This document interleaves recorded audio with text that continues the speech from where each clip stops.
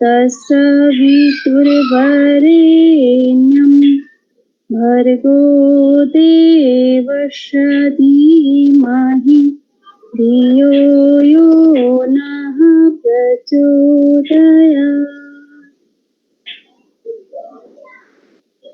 कल हम लोग शुद्ध सिद्धांत पद्धति स्टार्ट किए थे और उसका कुछ भाग, पहले चैप्टर का कुछ भाग पढ़े थे। आगे आज पढ़ेंगे। कल हम लोग अंतःकरण तक पढ़ लिए थे, आज पढ़ना है कुल पंचक। पंचक मीन्स 5, और कुल कितने प्रकार के होते हैं? 5 प्रकार के होते हैं। पहला कुल कौन सा है? सत्व। सत्व में जो गुण है उसके वो 5 गुण बताए गए हैं। वो गुण कौन कौन से हैं? दया, धर्म, क्रिया, भक्ति और श्रद्धा। दया मीन्स दुखी के प्रति करुणा रखना, उनके प्रति उत्तम व्यवहार करना। नेक्स्ट है धर्म। धर्म मीन्स जो प्रशस्त कर्म है, हमारी जो कर्म है, कर्तव्य है, उसका पालन करना। नेक्स्ट है क्रिया। क्रिया जो हमारा डेली रूटीन हो जाता है या फिर जो हमारा कर्तव्य है वो क्रिया में आएगा। नेक्स्ट है भक्ति। ईश्वर देवता जो हमारे इष्ट हैं उनकी भक्ति करना, उनका पूजन करना। नेक्स्ट है श्रद्धा। श्रद्धा मीन्स अतिशय आदर की भावना। जो भी हमारे इष्ट हैं, जो ईश्वर हैं, उनके प्रति अनन्य श्रद्धा रखना। ये क्या है? सत्व के गुण है। आगे है रजस। रजस का जो गुण है वो है दान, भोग, श्रृंगार, वस्तु ग्रहण और स्वार्थ। ठीक है, इसमें क्या होता है? दान मीन्स देने का भाव, भोग मीन्स सजाने का स्वभाव। जो सजाने का स्वभाव है उसको भोग यहाँ पे कहा गया है। सॉरी, भोग मीन्स भोग करने का। जो हम भोग करते हैं ना, तरह तरह की चीजों को अपने बस में या अपने पास रखना चाहते हैं। जैसे कपड़े की बात ले लें तो कपड़े की लालसा होती है कि हम ये रख ले, ये भी ले ले, ये भी ले ले। जैसे जैसे पैटर्न चेंज होता है वैसे वैसे कपड़े खरीदते हैं, उसका मैचिंग खरीदते हैं, तो वो क्या हो गया? भोग का भाव। नेक्स्ट है श्रृंगार। श्रृंगार में सजाने का भाव। नेक्स्ट है वस्तु ग्रहण मीन्स वस्तुओं को लेने की इच्छा। और है स्वार्थ मीन्स अपने लिए संग्रह करना। स्वार्थ मीन्स होता ही है अपना, अपना स्वार्थ, जो अपने लिए करे वो हो गया स्वार्थ। नेक्स्ट है तमस। तमस के 5 गुण कौन कौन से हैं? विवाद, कलह, शोक, बंध और वंचन। मीन्स विवाद मीन्स मन और वाणी के माध्यम से झगड़ना। मीन्स यदि हम वाणी से एक दूसरे को सुनकर, बोलकर लड़ाई कर रहे हैं, झगड़ा कर रहे हैं, वो हो गया। और साथ ही साथ यदि किसी को बोल नहीं रहे तो मन ही मन किसी के लिए बुरा सोच रहे हैं, वो भी विवाद में आता है। नेक्स्ट है कलह। कलह मतलब मन, वाणी और शरीर तीनों के माध्यम से जब झगड़ते हैं तो वो कलह होता है। और शोक मीन्स जब किसी की मृत्यु हो जाए या किसी प्रकार का हानि हो जाता है तब वो शोक कहलाता है। नेक्स्ट है बंध या वध मीन्स किसी को बांधना या मार डालना। और लास्ट है वंचन मीन्स ठग, धोखा। वंच होता है ना, जो चतुर व्यक्ति होते हैं, चालाक होते हैं, उनको हम लोग क्या बोलते हैं कि ये ठग है। वंच संस्कृत का जो वर्ड है वंच। वंच मतलब ठगना, धोखा देना। ये तमस के गुण है। नेक्स्ट है काल। काल के क्या गुण है? कलना, कल्पना, भ्रांति, प्रमाद और अनर्थ। और जो कलना मीन्स गणना करना, गिनना, जो गिनती होता है वो। कल्पना मीन्स नवीन नवीन, जो नए नए विचार हमारे मन में आता है, जो हम इमेजिन करते हैं चीजों को, वो हो गया कल्पना। नेक्स्ट है भ्रांति। भ्रांति मीन्स संशय, दुविधा। नेक्स्ट है प्रमाद। प्रमाद मीन्स क्या होता है कि आलस, आलस करना किसी चीज में, आलस का जो बढ़ा हुआ रूप होता है वो प्रमाद आ जाता है। और है नेक्स्ट अनर्थ। अनर्थ मीन्स कि कार्य करने में उपेक्षा का भाव लाना, अनिष्ट करना, वो है अनर्थ। मीन्स हमारे अंदर में कोई काम हो रहा है और हमारा करने का मन नहीं है, इच्छा नहीं है, तो उसको बिगाड़ देना, उसको खराब कर देना। आगे है जीव। जीव की क्या बताई गई विशेषता? जागृत, स्वप्न, तुरीय, सुषुप्ति, तुरीय और तुरीयातीत। ये क्या है? जीव के गुण हैं। अब ये जो अवस्था भी होती है, आपने पढ़ा होगा कि जीव की 3 अवस्था बताई गई है, जागृत, स्वप्न, 4 अवस्था बताई गई है, जागृत, स्वप्न, सुषुप्ति और तुरीयावस्था। उसी में एक और यहाँ पे ऐड कर दिया गया, तुरीय और तुरीयातीत। अब इसको समझेंगे कि क्या होता है।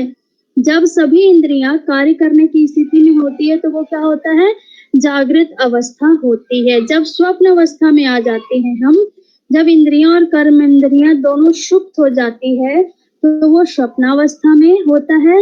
लेकिन उस समय हमारा मन क्रियाशील रहता है, हम लोग मन ही मन जो सपना देखते हैं वो स्वप्न अवस्था में आ जाएगा, जीव का स्वप्न गुण हो जाएगा। नेक्स्ट है सुसुप्ति। सुसुप्ति मीन्स गहरी नींद की स्थिति, और तुरीया मीन्स संप्रज्ञात समाधि की स्थिति, जिसमें इतनी एकाग्रता होती है कि एकाग्रता के समय कुछ है ऐसा भाव होता है, ऐसी प्रतीति होती है। और जो तुरीयातीत की अवस्था है वो असंप्रज्ञात समाधि की अवस्था है, मीन्स पूरा का पूरा उसमें निरोध हो जाता है, कुछ भी नहीं बचता है। ये क्या है, तुरीयातीत की अवस्था। नेक्स्ट है शक्ति पंचक। अब शक्ति कितने प्रकार के बताए गए हैं, 5 प्रकार के। वो शक्ति पंचक कौन कौन से हैं, इच्छा, इच्छा में इच्छा के 5 गुण बताए गए हैं। वो 5 गुण कौन कौन से हैं, उन्माद, वासना, वांछा, चिंता और चेष्टा। उन्माद मीन्स क्या होता है, उन्माद मीन्स पागलपन, पागलपन, वासना जो कर्म के संस्कार होते हैं, वो वांछा मतलब जो हमारे कर्म के संस्कार है, जो हम कर्म करते हैं और वो संस्कार के रूप में हमारे चित्त में इकट्ठा होते जाता है, वो क्या कहलाता है, वांछा कहलाता है। नेक्स्ट है चिंता। चिंता मीन्स तनाव जो होता है, हम किसी भी चीज के लिए चिंतित हो जाते हैं, वो हो गया हमारा चिंता। नेक्स्ट है चेष्टा। चेष्टा मतलब प्रयत्न, कोशिश, जिसे क्या कहते हैं, चेष्टा कहा गया है। जो हम कोशिश करते हैं हर चीज के लिए, वो है चेष्टा।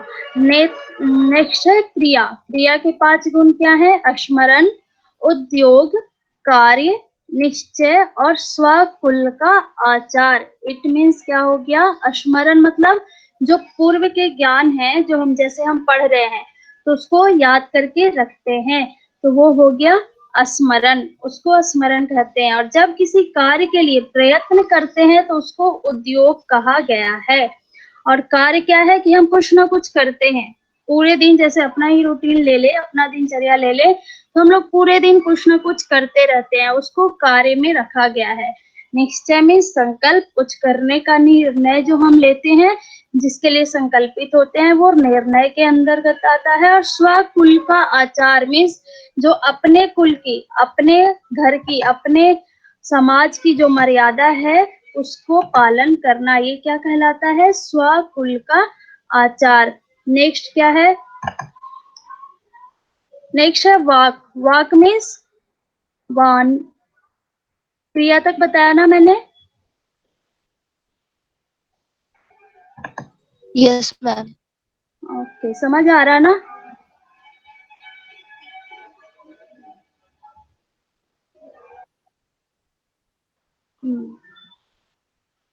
यदि स्पीड हो तो ये भी बता देना कि स्पीड में जा रहे हैं, ठीक है। हाँ बिल्कुल सही है मैम, आप बहुत बढ़िया से पढ़ा रही है, इसके लिए बहुत बहुत धन्यवाद मैम, चलते रहिए। ओके, चलिए आगे है माया। माया के 5 गुण कौन कौन से हैं, मद, उसमें एक स छूट गया है बीच में, मात्सर्य, उसको लिख लेना आप लोग, मात्सर्य, दंभ, कृत्रिम और असत्य। इट मीन्स क्या होता है, मद मीन्स कि मैं सबसे शक्तिशाली हूँ, बलशाली हूँ, इसी को मद कहते हैं। मात्सर्य मतलब कि दूसरों की उन्नति, जब दूसरे की उन्नति होती है, आगे बढ़ते हैं, तो उसको देखकर ईर्ष्या करना, उससे जलन का भाव रखना। नेक्स्ट है दंभ। दंभ मीन्स अपनी झूठी प्रशंसा करने का भाव रखना, ये हो गया दंभ। नेक्स्ट है कृत्रिम, कि जो जैसा है, जो जैसा नहीं है उसको वैसा स्वयं को दूसरों के साथ दिखाने की प्रवृत्ति, मतलब कि जो जैसा नहीं है, और जैसे कि हम अपना ले लें, हम जैसे नहीं है लेकिन दूसरों के सामने दिखाते हैं कि हमें तो ये आता है, ये आता है, ये आता है, तो ये हो गया कृत्रिम, मतलब आर्टिफिशियल बनने की कोशिश करना। नेक्स्ट है असत्य। असत्य मीन्स झूठ बोलना, अपनी कार्य सिद्धि के लिए छल करना। ये क्या है? माया के 5 गुण है। नेक्स्ट है प्रकृति। प्रकृति के 5 गुण: आशा, तृष्णा, अस्पृहा, कांक्षा और मिथ्या।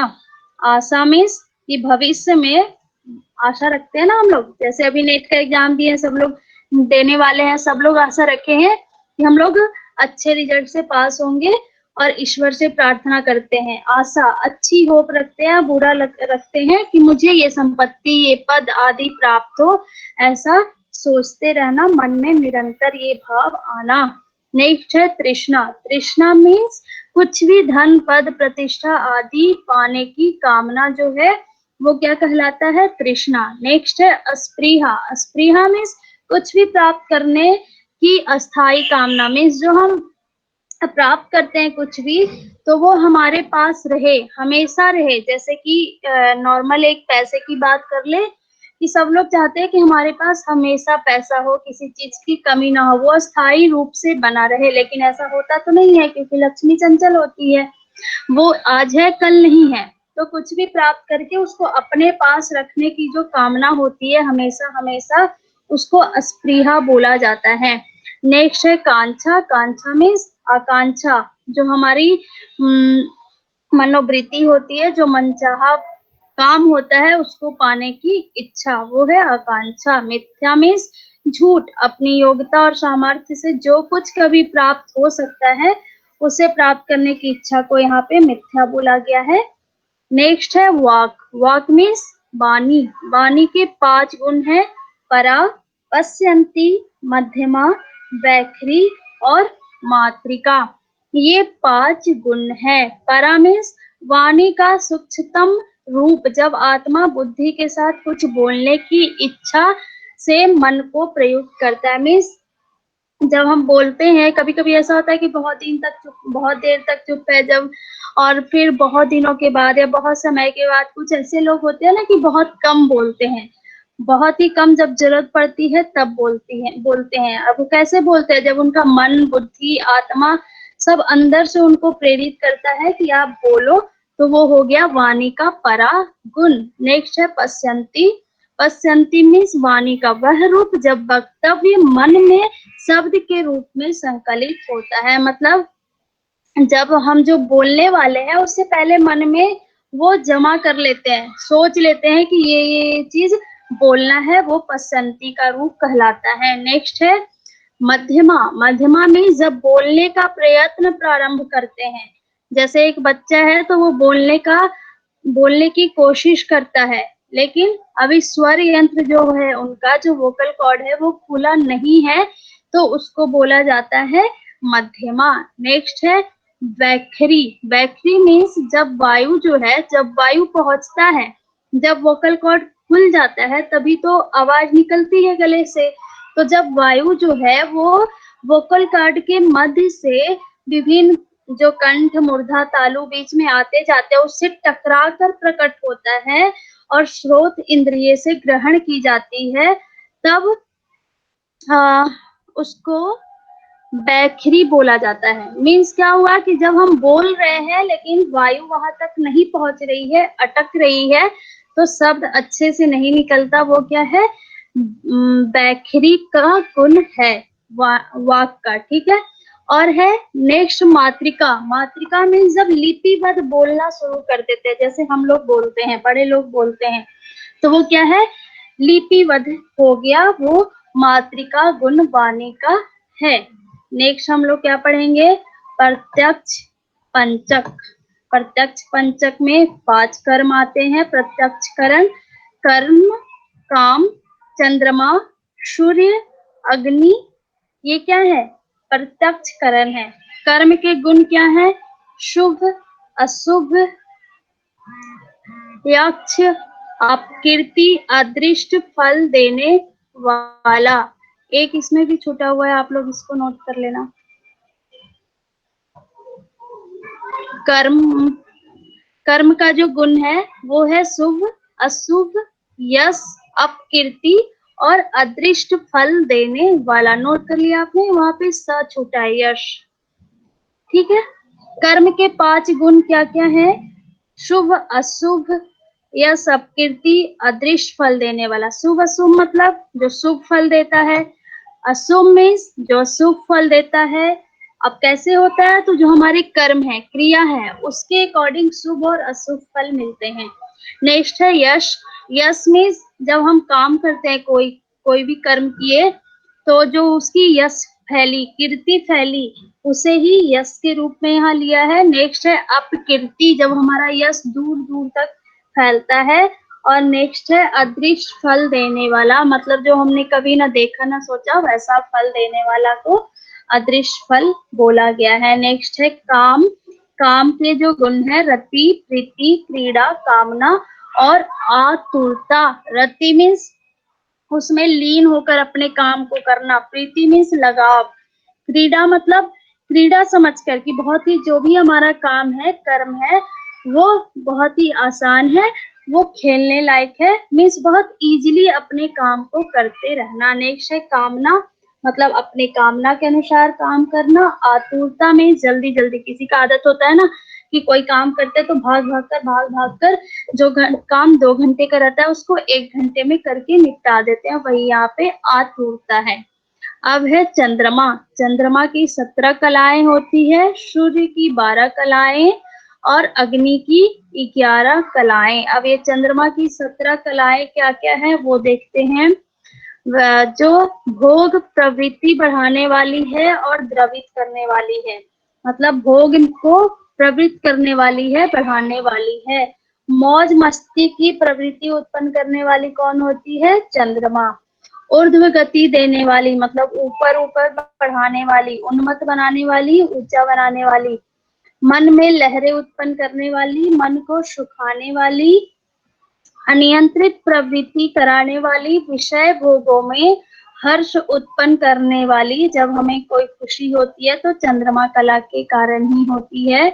लहरों के समान वक्र गति वाली, जैसे लहर जाती है ना, उनका कोई गति जो जाता है एक वे में नहीं जाता, वक्र घूम घूम कर जाता। वही है कि हमारे मन में जो विचार आते हैं वो वक्र गति में ही आते हैं, कभी भी एक लाइन पे हम लोग नहीं चल सकते हैं। जैसे कि हम सोच रहे हैं कि अभी हम मास्टर कर रहे हैं, फिर पीएचडी करेंगे, कभी कुछ उसके आगे करेंगे, लेकिन बीच में आएगा कि चलो पीएचडी छोड़ो फिलहाल, अभी जॉब कर ले। तो ये क्या है कि हमारा मन भी लहरों के समान ही वक्र गति में चलती है।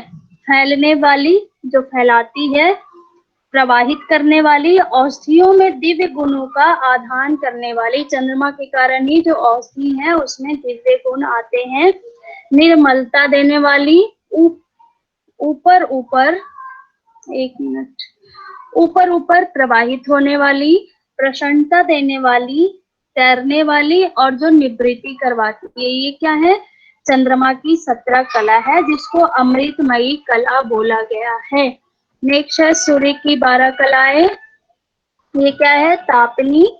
तापनी मीन्स जो उष्णता उत्पन्न करती है। ग्रासिका, रस लेने वाली अर्थात समाप्त कर देने वाली। उग्रा मीन्स प्रचंड, जब तेज धूप होता है तो कैसा होता है?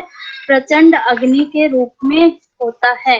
नेक्स्ट है आकुंचनी। आकुंचनी मीन्स सिकोड़ने वाली, जिसके कारण सिकुड़ता है। नेक्स्ट है शोषणी। शोषणी में सुख देने वाली। प्रबोधिनी, जगाने वाली और खिलाने वाली। मीन्स सूरज निकलता है तभी हमारे लिए सुबह होता है, और सूरज की रोशनी में क्या होता है? फल, पेड़ पौधे फल देते हैं, अनाज देते हैं, बढ़ते हैं, तो इसीलिए इसको जगाने वाली बोला है, खिलाने वाली बोला है। स्मरा मतलब हमारी स्मरण शक्ति को बढ़ाने वाली। आकर्षणी, अपनी ओर खींचने वाली। स्मरण शक्ति बढ़ाने वाली क्यों? इसीलिए बोला जाता है कि विटामिन डी तो देता ही देता धूप, और प्रतिदिन सुबह का धूप लेना चाहिए, क्योंकि वो हमें विटामिन डी के साथ साथ हमारी स्मरण शक्ति को भी बढ़ाती है। नेक्स्ट है आकर्षणी, जो अपनी ओर खींचती है। तुष्टिवर्धनी, प्रसन्नता बढ़ाने वाली। उर्मी, आयु का परिमाण बढ़ाने वाली। किरणवती मीन्स किरणों का विस्तार करने वाली, और प्रभावती मीन्स जो प्रकाश देने वाली है। नेक्स्ट है अग्नि की 11 कलाएं। दीपिका मीन्स प्रकाश देने वाली, ज्वलनी जो ज्वाला युक्त होती है, विस्फुलिंगिनी मीन्स चिंगारियां बिखेरने वाली, प्रचंडा मीन्स अतिशय तप्त करने वाली। अग्नि क्या होता है? बहुत ज्यादा तप्त करती है, गर्मी देती है। पाचिका मीन्स पचाने वाली। पचाने वाली कैसी? जैसे हमारे शरीर में आयुर्वेद के अकॉर्डिंग 13 अग्नि है, जिसमें एक जठराग्नि है, तो वो क्या है? अग्नि है जो पचाने का काम करती है। इसीलिए अग्नि को पचाने वाली बोला गया है। रौद्री मतलब रुद्र का रूप धारण कर रुलाने वाली। जब आग फैल जाता है, रुद्र का रूप ले लेता है, तो हमारा नुकसान होता है। उसके बाद साधक जो भी है व्यक्ति, वो रोने की कंडीशन में आ जाता है। नेक्स्ट है दाहिका। दाहिका मीन्स जलाने वाली। रागिनी रंग बदलने वाली। शिखावती लपट निकालने वाली, मतलब जब आग फैलता है तो कैसे उसकी लपटें चारों तरफ फैल जाती है। नेक्स्ट है रजिका, शोभा प्रदान करने वाली। और ज्योति, ज्योति मतलब जो ज्योति जलाती है जिससे प्रकाश फैलता है। अब है 10 नाड़ी मीन्स 10 नाड़ी का यहाँ पे वर्णन किया गया है। ऐसे तो 72,000 नाड़ी की चर्चा है, लेकिन उसमें 10 को मुख्य माना है, और 10 में भी 3 को मुख्य माना है, जो हर जगह हम लोग पढ़ते आए हैं। अब जो नाड़ी है और उनके द्वार बताए गए हैं। ईड़ा का नासिका, और पिंगला का भी नासिका, दाया और बाया। सुषुम्ना का दंड मार्ग से ब्रह्मरंध्र त्रयन मीन्स जो मेरुदंड है और ब्रह्मरंध्र है ऊपर सिर तक, दाएं और बाएं नासिका के बीच में सीधा सुषुम्ना का मार्ग है। द्वार है सरस्वती का मुख। ये आपने कहीं नहीं पढ़ा है, इसको आप लोग ध्यान से पढ़ना। सरस्वती का मुख कहाँ है? सरस्वती का द्वार मुख। उषा का चक्षु मीन्स आंख। अलम्बुषा का भी आंख। गांधारी का कान। हस्त जीविका का भी कान। कुहू का गुदा। शंखनी का लिंग। और जितने भी नाड़ी हैं अन्य नाड़ी, उनका रोमकूप मतलब जो छिद्र है, रोमकूप रोम छिद्र है वो। अब 10 वायु, 10 वायु के बारे में पढ़ना है। ये तो आप लोग पहले भी पढ़ता है, थोड़ा थोड़ा चेंज होगा बस। प्राण, अपान, समान, व्यान और उदान। वायु का स्थान, प्राण का हृदय, अपान का गुदा, समान नाभि, व्यान सभी अंग में, उदान कंठ में। और जो क्रिया है, प्राण का श्वास प्रश्वास का क्रिया, अपान का रेचक पूरक और कुंभक की क्रिया है।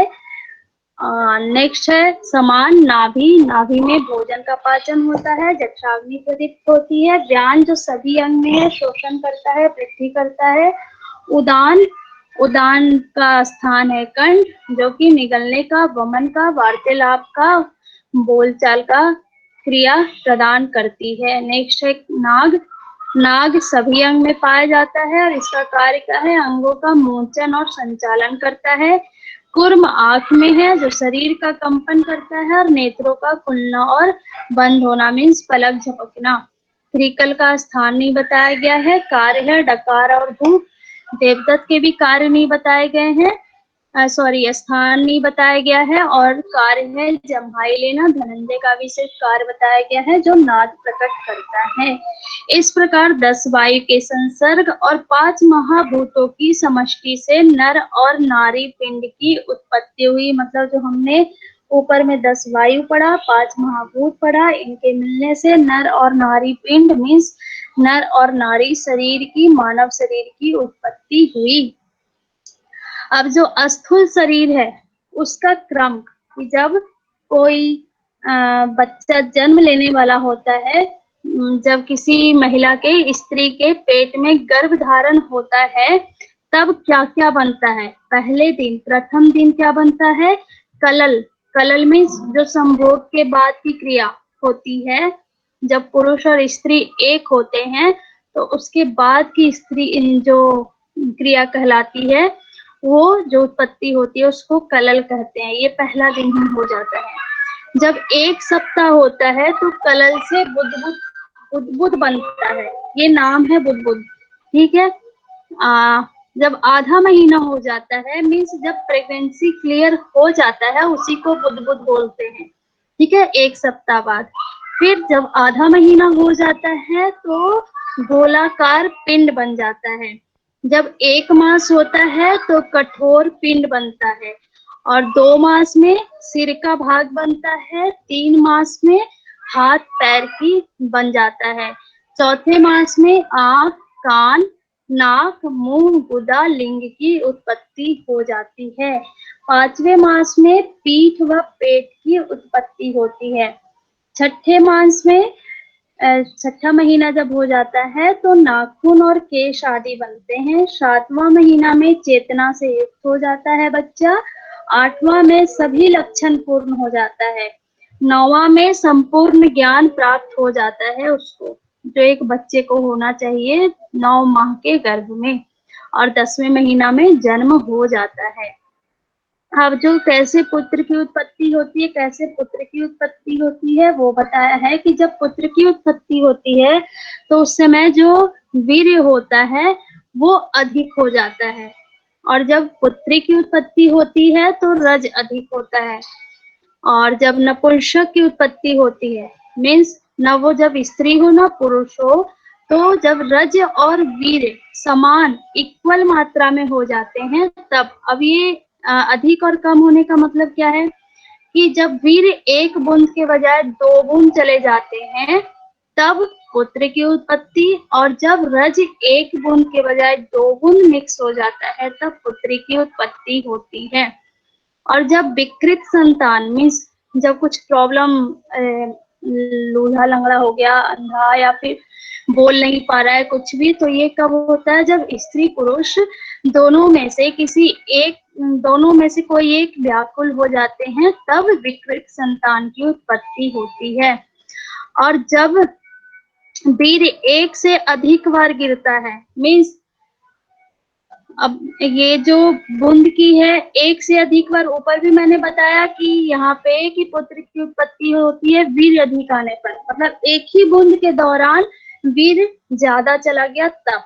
अब यहाँ पे क्या है कि जब 1 से अधिक बार 2 बूंद गिरता है तब, 2 बार 3 बार गिरा तब जुड़वा संतान की उत्पत्ति होती है।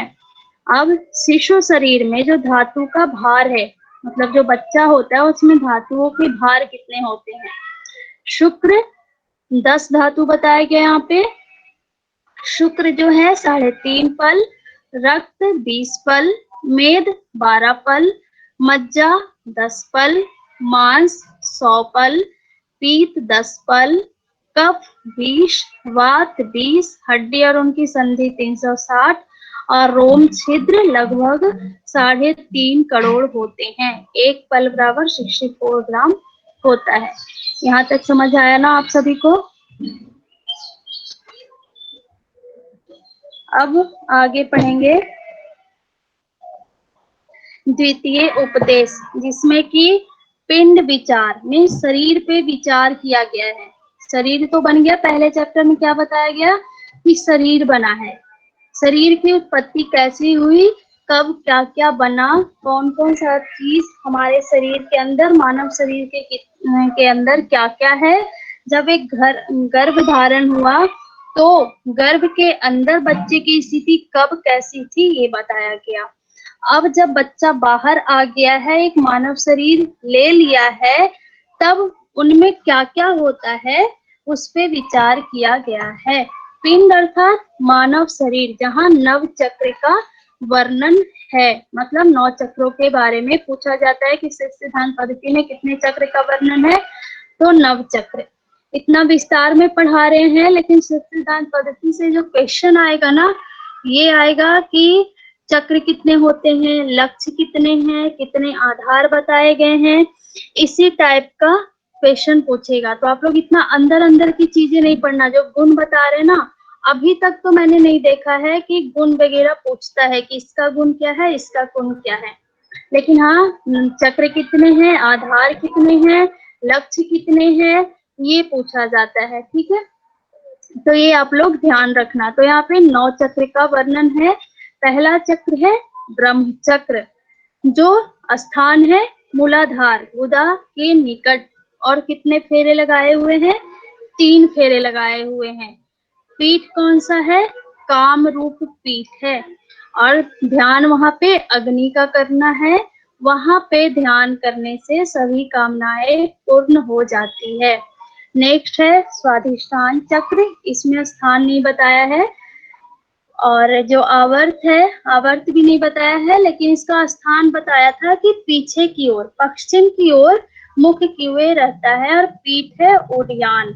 और ध्यान कहाँ करना है? मूंगा होता है, मूंगे के आकार का लिंग, मतलब जो लिंग है वो मूंगे के आकार का है, वैसा ध्यान करना है। इससे फल क्या होता है? संसार का साधक के प्रति आकर्षण, मतलब जो जगत है, जो संसार है, वो योग साधक के प्रति अपने आप का रुचि दिखाएगा। मीन्स मान लो आप में से कोई योगी साधक है, तो जितने भी लोग हैं आपके प्रति आकर्षित होंगे। नेक्स्ट है नाभि चक्र, नाभि चक्र, ये इसका स्थान क्या बताया गया है? नाभि।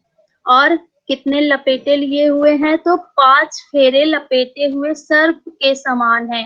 ध्यान क्या है लगाना है? उगते हुए करोड़ों सूर्य के सदृश ज्योति, मतलब एक सूर्य है, लेकिन ऐसे ही सूर्य के करोड़ों सूर्य के सदृश ज्योति पे ध्यान लगाना है, जो मध्यमा शक्ति भी कहलाती है। फल क्या होता है? सब प्रकार की सिद्धि देने वाली है। नेक्स्ट है अनाहत चक्र, जिसको हृदय चक्र भी बोलते हैं। स्थान है हृदय। आकृति कैसी है? कमल जैसी, 8 दल वाली। पीठ यहाँ पे पूरे चक्रों में 3 पीठ की ही चर्चा हुई है, इसीलिए बाकी जगह में 2 पीठ का तो हम लोग पढ़ चुके। कामरूप पीठ और उद्यान पीठ, अभी नीचे हम लोग जालंधर पीठ पढ़ेंगे। तो अनाहत चक्र का जो अग्नि कहाँ ध्यान लगाना है? लिंग के आकार की ज्योति, जो लिंग के आकार की होनी चाहिए ज्योति, वहां ध्यान लगाना है। उसको हंस कला भी कहा है। और जो फल है, सभी इंद्रियां वश में हो जाती है। जैसे कि इंद्रियां वश में होना हम लोग क्या बोलते हैं? प्रत्याहार, मीन्स प्रत्याहार सिद्ध हो जाता है।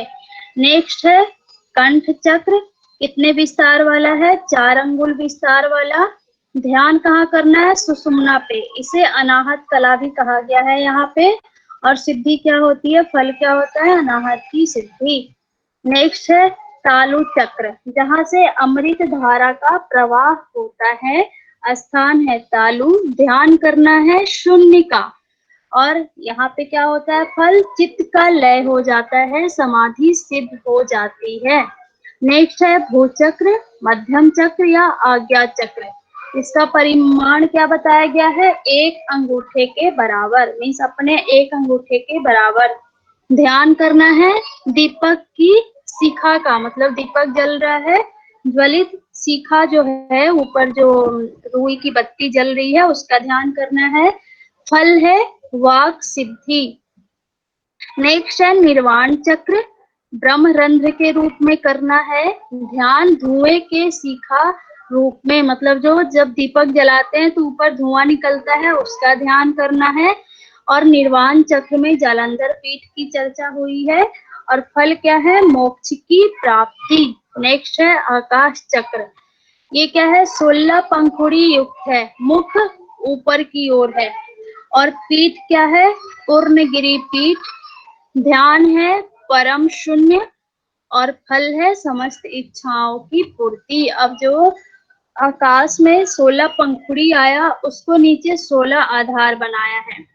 ध्यान के 16 आधार, और ये कहाँ है? हमारे शरीर में है, और उसका फल बताया है।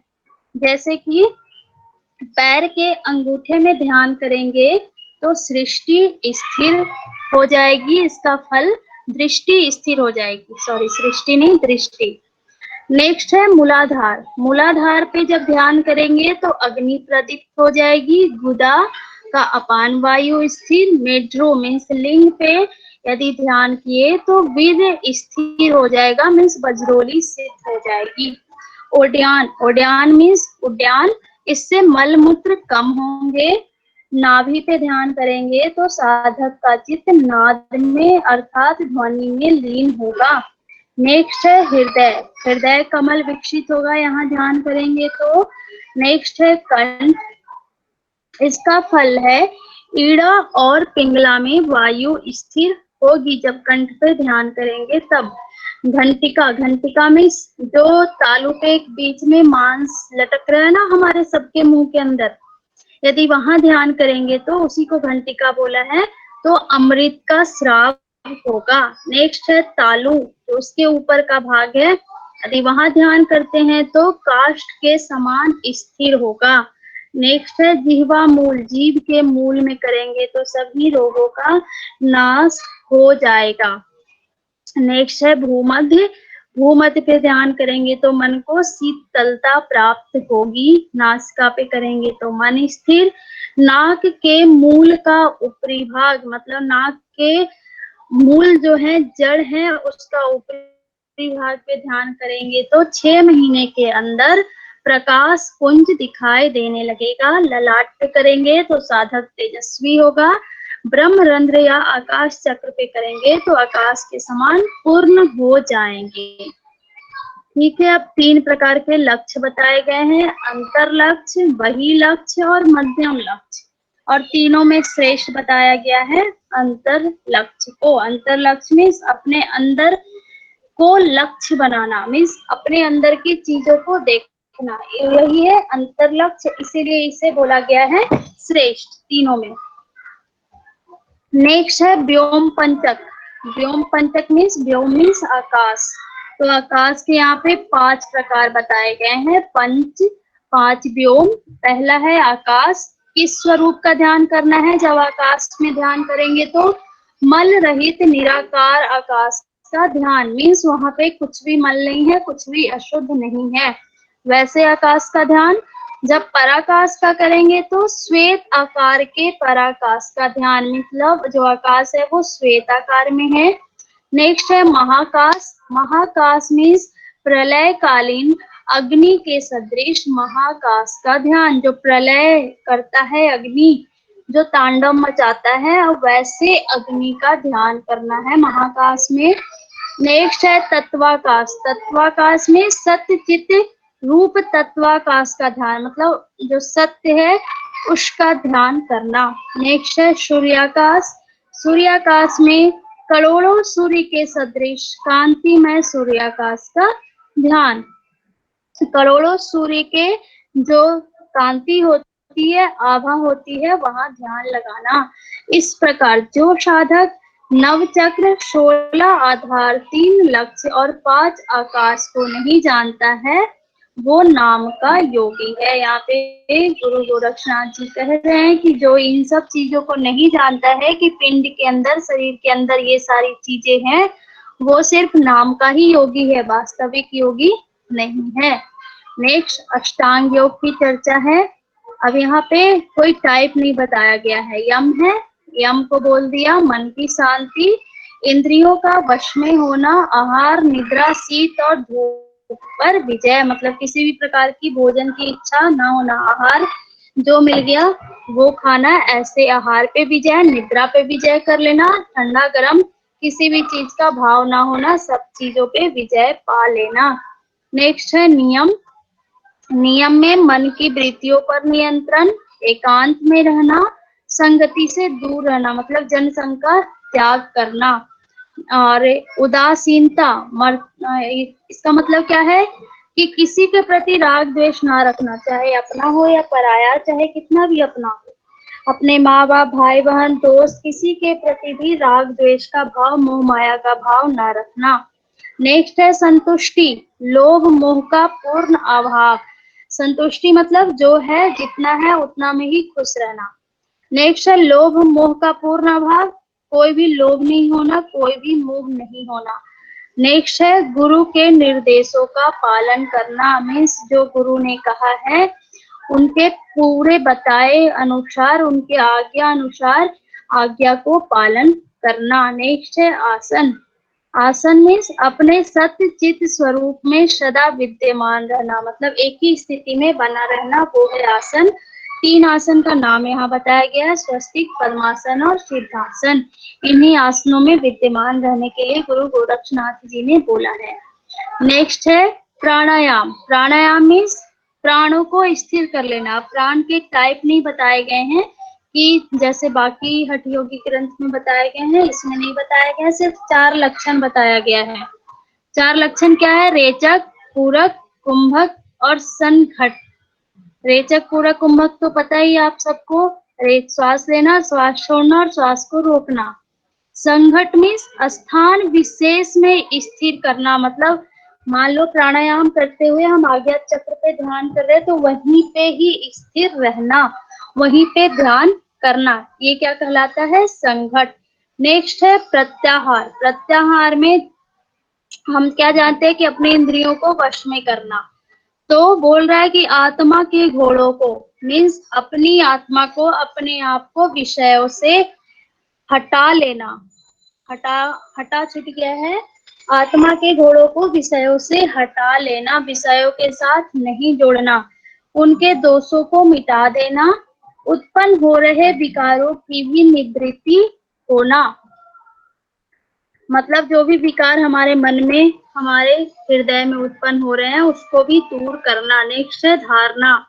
धारणा मीन्स वह आत्मा अंदर और बाहर एक ही है, इस स्वरूप को अंतःकरण में स्थापित करना। धारणा मतलब कि हम जैसी धारणा बनाते हैं, जिस किसी भी विषय के बारे में जो हम सोच लेते हैं अच्छा बुरा, वही होता है धारणा। तो अपनी आत्मा में अंदर बाहर, मतलब जो हमारी आत्मा है वो अंदर से भी बाहर से भी एक ही है, इस स्वरूप को अपने अंतःकरण में स्थापित करना धारणा कहलाता है। नेक्स्ट है ध्यान। ध्यान में परम अद्वैत का भाव रखना, मतलब सब कुछ द्वैत है, एक है, इसका भाव रखना। चित्त में जो कुछ भी प्रकट होता है वह सब आत्मा है और सभी के प्रति समभाव रखना ही ध्यान है। नेक्स्ट है समाधि। समाधि में अंतःकरण में सब तत्वों की सामावस्था, इक्वालिटी, जो भी हमारे अंतःकरण में आ रहा है, जितने भी तत्व के बारे में हम सोच रहे हैं, सब कुछ की सामावस्था रखना, इक्वालिटी रखना। मन का क्रियाओं से रहित होना, मन में कुछ भी क्रिया का भाव ना होना, कुछ भी कर्म का भाव ना होना। समाधि मतलब शून्य की अवस्था, जहाँ पे कोई भी विचार ना हो, कुछ भी ना हो। और नेक्स्ट है प्रयत्न रहित स्थित होना, वहां पे कुछ भी प्रयत्न ना करना, ये है समाधि। नेक्स्ट है तृतीय उपदेश, जिसमें पिंड संबिति। संबिति मीन्स ज्ञान। इस शरीर को, जो मानव शरीर है, उसको क्या क्या जानना चाहिए ये बताया है। इसमें लिखा है कि इस अध्याय के अंतर्गत हम जानेंगे कि इस पिंड को जानने वाला कौन कौन है, मीन्स इस शरीर को कौन जानता है और पिंड का जो ज्ञान है क्या है। तो जो योगी इस शरीर के अंदर चर और अचर संपूर्ण विश्व को जानता है, वह पिंड संबिति अर्थात पिंड के रहस्य को जानने वाला होता है। मीन्स क्या हुआ कि जो योगी है वो अपने शरीर के अंदर, मतलब मानव शरीर के अंदर कुछ भी चर अचर जो भी है हमारे अंदर, उसको जानता है। मीन्स जो संपूर्ण विश्व को, यहाँ पे क्या है, जो मानव शरीर है उसकी तुलना पूरे चैप्टर में विश्व से की गई है। इसीलिए यहाँ पे लिखा है कि चर अचर संपूर्ण विश्व को जानता है। मतलब जैसे विश्व को पूरा जानने के लिए हमें टाइम लगता है, संपूर्ण विश्व में बहुत कुछ है, पिंड है, ब्रह्मांड है, खंड है, समुद्र है, पाताल लोक है, द्वीप है, वैसे ही हमारे शरीर के अंदर भी ये सारी चीजें अवस्थित है। ठीक है, तो बोल रहा है पिंड का स्वरूप कैसा है, संपूर्ण विश्व को शरीर के साथ संबंधित करके दिखाया गया है। जो विश्व है और शरीर को कोऑर्डिनेट कर दिया गया है। संपूर्ण विश्व का आधार कछुए के पैर के तलवे में है, उसी प्रकार मानव शरीर को विश्व का प्रतिरूप माना है।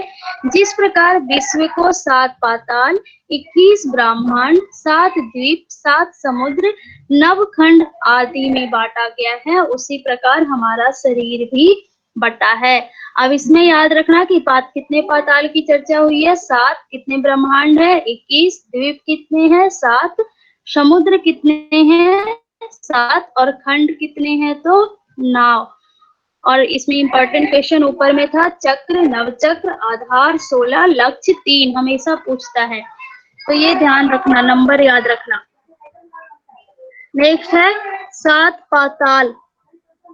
7 पाताल में क्या क्या आता है? पाताल, तलातल, महातल, रसातल, श्रुतल, बीतल और अतल। ये कभी कभी नाम पूछता है 7 पाताल का, तो ये नाम याद कर लेना। अब जो पाताल है उसकी स्थिति शरीर में कहाँ है? पैर का अंगूठा। तलातल कहाँ पे है? जो पैर का अंगूठा है उसका अग्रभाग। जो महातल है वो पैर का ऊपरी भाग। रसातल टखना, शूतल पिंडली, बीतल घुटना और अतल जंघा। ये क्या है? मानव शरीर में 7 पाताल हैं। ये 7 पाताल रुद्र देवता के अधिकार में रहते हैं। वो शरीर के अंदर क्रोध के रूप में रहते हैं। कुछ बच्चे बोल रहे हैं कल करवाने के लिए, अभी नहीं पढ़ना। करवा दो मैम, 5 मिनट और करवा दो। हो गया उसके लिए। बस 6 बजे तक करवाऊंगी, 7 मिनट बचा है, ठीक है, जितना हो जाए। चलिए आगे है 21 ब्रह्मांड। 21 ब्रह्मांड की चर्चा है। शरीर में स्थान कहाँ है और देवता कौन कौन है ये बताया गया है। भूलोक, शरीर में स्थान गुदा, भुवः लिंग, स्वः नाभि। अभी तक हम लोग कितने लिंग जानते आए हैं? ये ब्रह्मांड जानते आए शरीर में 3 और ज्यादा से ज्यादा 7। अभी यहाँ पे 21 की चर्चा आई है। जो भूलोक है उसका स्थान है गुदा, भुवः लिंग, स्वः नाभि और तीनों के देवता कौन है? इंद्र। नेक्स्ट है मह, जना, तपा। महा कहाँ है? मेरुदंड के मूल में। जना मेरुदंड का छिद्र और जो तप है मेरुदंड की नाल। तीनों के देवता हैं ब्रह्मा। नेक्स्ट है सत्य। सत्य के जो स्थान है शरीर में वो है मूलाधार चक्र। इसके को ईश्वर नहीं बताए गए। नेक्स्ट है विष्णु। विष्णु का स्थान कुक्षी। कुक्षी को, पेट को कुक्षी कहा है और देवता विष्णु ही है। रुद्र हृदय, देवता रुद्र। ईश्वर वक्ष स्थल में है और ईश्वर इसके देवता कौन है? ईश्वर ही। सदाशिव कंठ मूल में, देवता सदाशिव। नीलकंठ कंठ मध्य में है और देवता है नीलकंठ। शिव, शिव कहाँ पे है? तालु द्वार पे और देवता है शिव। भैरव लंबिका मूल, मतलब लंबिका जीव को बोला जाता है, तो लंबिका के जीव के मूल में है और देवता है भैरव। महासिद्ध लंबिका मध्य, मतलब जीव के बीच में है और देवता महासिद्ध। अनादि कहाँ है? ललाट के मध्य में, देवता अनादि। कुल भाव के भी भाव में है, देवता कुलेश्वर। अकुलेश शंख नाड़ी से ऊपर नलिनी नामक स्थान है, वहां पे है और जो देवता है वो अकुलेश्वर हैं। पर ब्रह्म, इसके देवता ब्रह्मरंध्र, सॉरी शरीर में कहाँ है? ब्रह्मरंध्र में है और देवता है परमेश्वर। नेक्स्ट है परापर। इसका शरीर में स्थान ऊर्ध्व कमल में और देवता परब्रह्म। शक्ति त्रिकूट और देवता है पराशक्ति। नेक्स्ट है विचार, वर्ण विचार सॉरी। अब वर्ण विचार, कितने वर्ण बताए गए हैं? 4। याद रखना वर्णों की संख्या 4। अब पहला वर्ण ब्राह्मण। जो वर्ण मीन्स जो जाति को बांटा गया ना, वर्णाश्रम, वही है ब्राह्मण, क्षत्रिय, वैश्य और शूद्र। इनका कार्य क्या है? ब्राह्मण का सदाचार फैलाना, सदाचार का कार्य करना। क्षत्रिय का शौर्य, देश की रक्षा ये। वैश्य का व्यापार व्यवसाय, शूद्र का सेवा भाव। नेक्स्ट है सप्तदीप। 7 दीप शरीर में कौन कौन सा है और उनका स्थान कहाँ है? जम्बू। उनका स्थान बॉडी में मज्जा। 7 अस्थि, सूक्ष्म सिरा। क्रॉन्च का स्थान शरीर में त्वचा में। गोमय रोम। श्वेत नख। प्लक्ष, प्लक्ष का स्थान मांस में है। नेक्स्ट है 7 समुद्र। समुद्र 7 प्रकार के बताए गए हैं और शरीर में किस रूप में है वो? तो जो क्षार है वो मूत्र, क्षीर, लार, दधि, कफ, ये नाम से आप लोगों को समझ में आ रहा होगा। क्षार, क्षार ये क्या होता है? मूत्र होता है, यूरिन होता है। क्षीर मीन्स लार। दधी, दधी में क्या होता है? दधी मीन्स दही, दही में कफ होता है, इसीलिए शरीर में उसकी स्थिति कैसी है? कफ में। जो घृत है वो मेद, मधु, वसा, इक्षु, रक्त, अमृत, शुक्र, इस प्रकार 7 समुद्र बॉडी में है। नेक्स्ट है नवखंड। नव द्वारों में नवखंड विद्यमान है, जो बॉडी में नवखंड, 9 द्वार है उसी में है। अब ये 9 खंड कौन कौन से हैं? भारत खंड, कर्पूर खंड, कश्मीर, श्री, शंख, एकपाद, गांधार, कैवर्त खंड और महामेरु। अब देखना, ये नाम याद मत करना आप लोग, क्योंकि बहुत ज्यादा लेंदी हो जाएगा। बस खंड कितने हैं? तो 9, उसका स्थान कहाँ है? नवद्वारों में। ठीक है। अब नेक्स्ट है कुल पर्वत। कुल पर्वत की चर्चा आई है और शरीर में उनका स्थान कहाँ है? मेरु, मेरुदंड में। कैलाश पर्वत शरीर में कहाँ है? ब्रह्म कपाट में। हिमालय पीठ में। मलय बाया कंधा, मंदर दाया कंधा, विंध्य दाया कान, मैनाक बाया कान और श्री ललाट।